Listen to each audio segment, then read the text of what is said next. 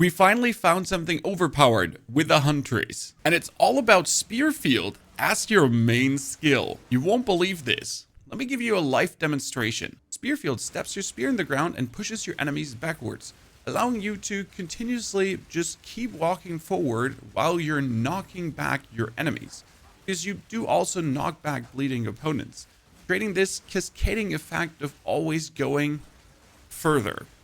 Thing is, you can just roll past your opponents, drop a Spearfield, and as they follow you, they'll just destroy themselves.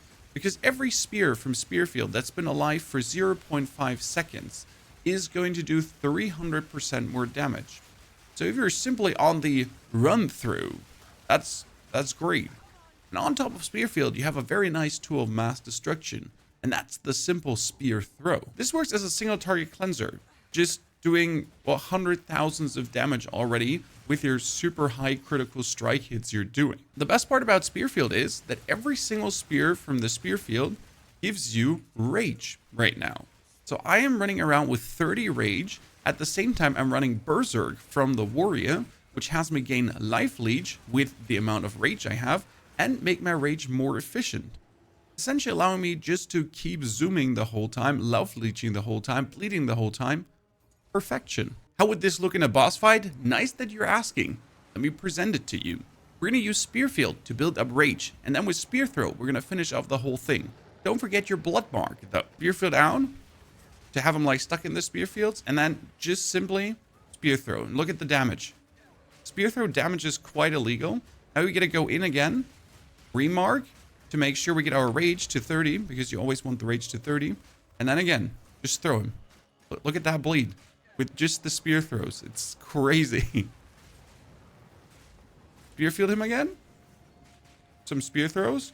Then you can finish the whole thing off with a little blood hunt.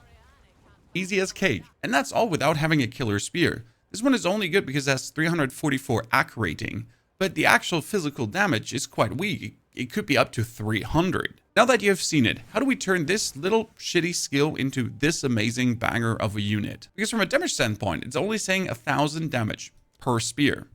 That doesn't sound like a lot. But the description of Spearfield says that spears that have existed for at least 0.5 seconds deal 300% more damage. That's leading to quite some massive destruction. With the rage gem together, you build up all the rage. Then concentrated effect has less area of effect and them tighter packed together that you really have more spears hurting at the same time. Followed up with incision. Incision highs your chance to bleed, that the Spearfoot itself would cause bleed, but it also increases the magnitude of bleed by another 30%. And then with martial tempo, we can just spam it away. Now that alone wouldn't lead to crazy damage. Bottom right, we get the hazard damage bonus, and also 5% increased damage for each hazard triggered recently. The spears are hazards. So this is 16, 16, 16 plus 50%. And then spears have a chance to rearm as they get triggered. Interesting. Then to the left of this, the next hazard node, shredding contraptions. Enemies affected by your hazards have reduced armor, take more physical damage. Enemies affected by your hazards recently have reduced evasion rating. My crit critical chances higher with even more damage.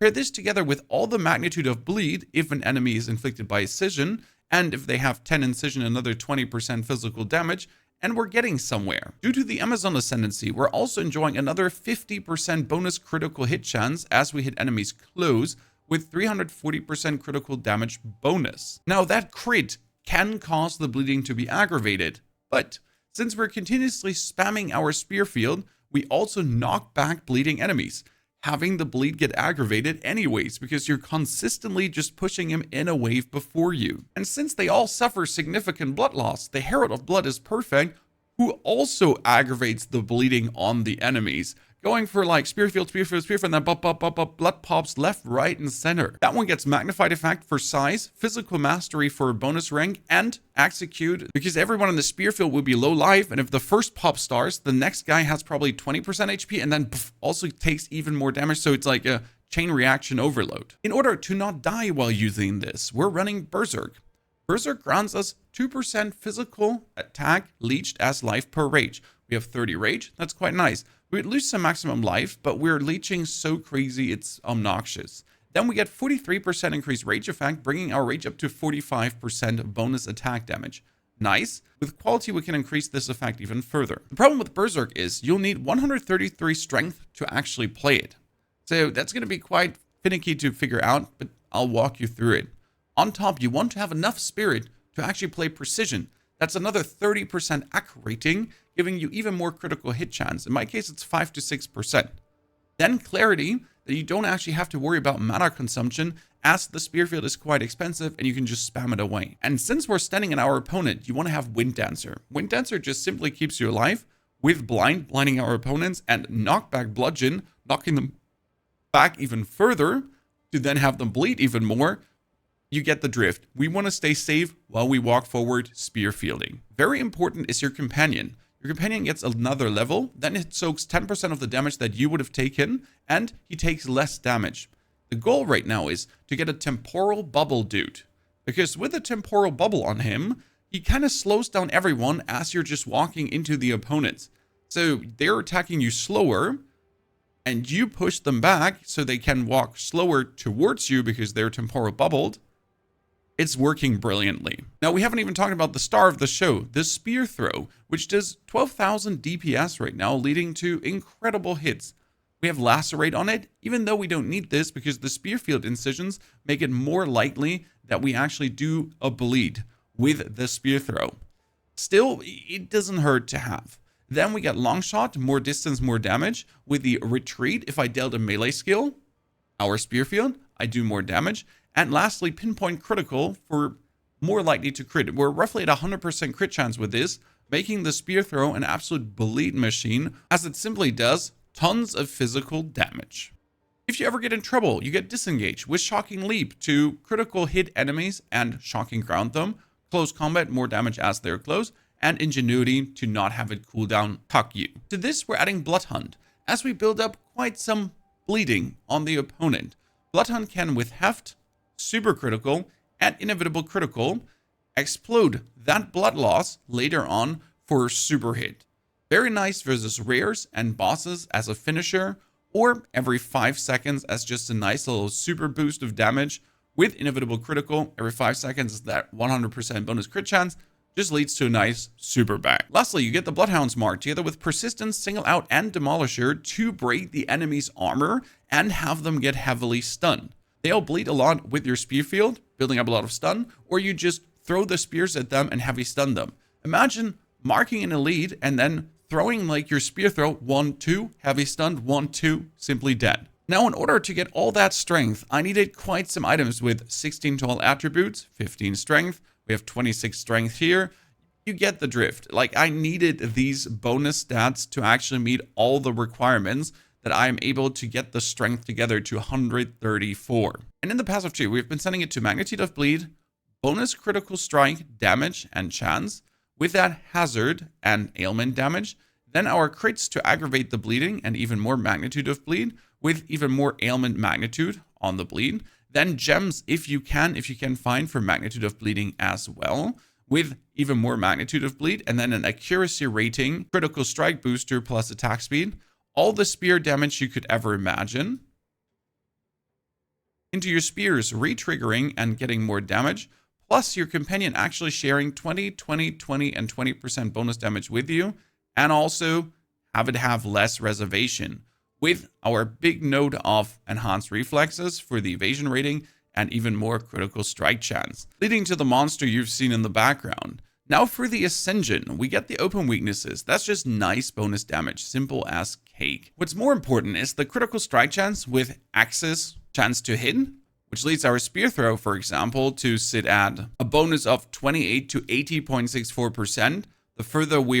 The closer we are, the more accuracy rating we have, the more crit chance we get.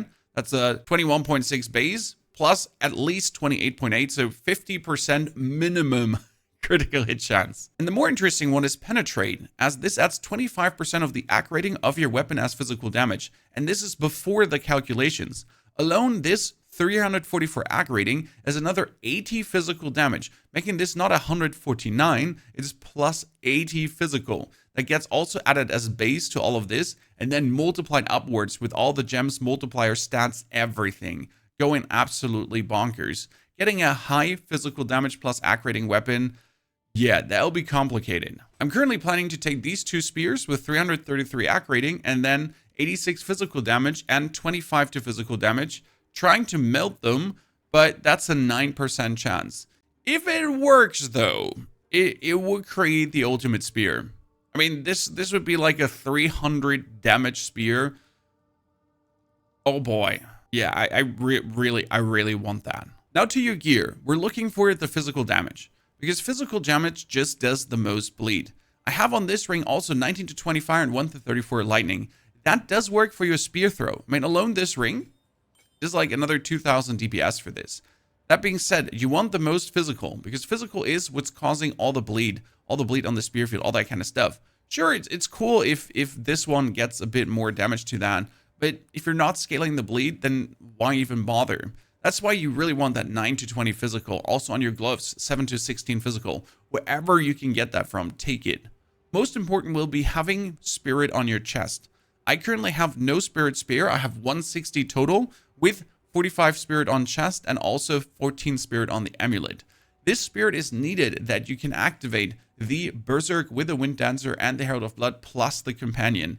And I'd say this is non-negotiable. The Berserk is something you could turn off, but you'll lose damage and life leech, and that life leech is truly what keeps you alive, because every spear they touch leeches life for you. I do play a Buckler even though I don't have parry, and that's mostly because it has 112 max life and all the resistances you could wish for, and then otherwise it's evasion rating, evasion rating, evasion rating, evasion rating, and maximum life. Ladies and gentlemen, what do you think? Spear fielding for you? Or are you rather interested in the rake version that we also have uploaded right up there? Very fantastic too, that rake can cause like 100, 200,000 of bleed in no time, chunking down your opponent. Enjoy and have a fantastic good day.